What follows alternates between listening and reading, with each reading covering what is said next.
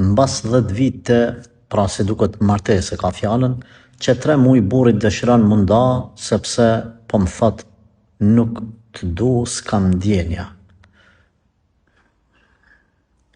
Ky mashkull është burr i lig. Në parim është i lig. Njeriu do të me pas një arsye për më reale për me shkatru jetën edhe martesën e një gruas mas 10 vitesh. Allahu Gjalleshanu kur ka përmend martesën në Kur'an, ka thonë Allahu kalon mes tyne dashuri dhe mëshirë. Edhe nëse mendon se në moment nuk ke ndjenja ku e diçka, nuk qohet gruaja, sidomos nëse ka fëmijë. Duhet me mishë me shpirt mu mundu mos me unda prej saj. Po flasim nëse vetëm kjo sebebi. Duhet me kalu të ana e mëshirës, me pas rahmet për ta.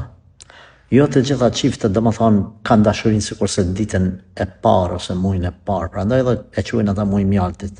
Për arsye se ndryshe është fillim, pastaj shkon dal ngadalë duke u stabilizuar situata. Pra duhet me qyr disa sene, disa sebebe tjera, mirëkuptimin, respektin, rizanin e Zotit, frikën nga Allahu, etj.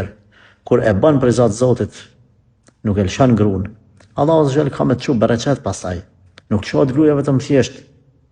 Po normal edhe tjetër nëse e merr, domethënë lëshon këta.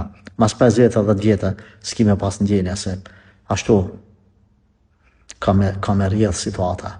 Andaj nuk e shoh as pak arsye këtë gjë. Por nëse ai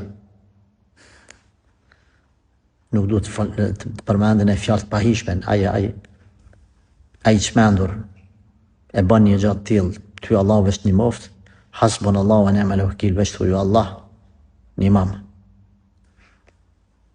Se nuk bën mirë ky person.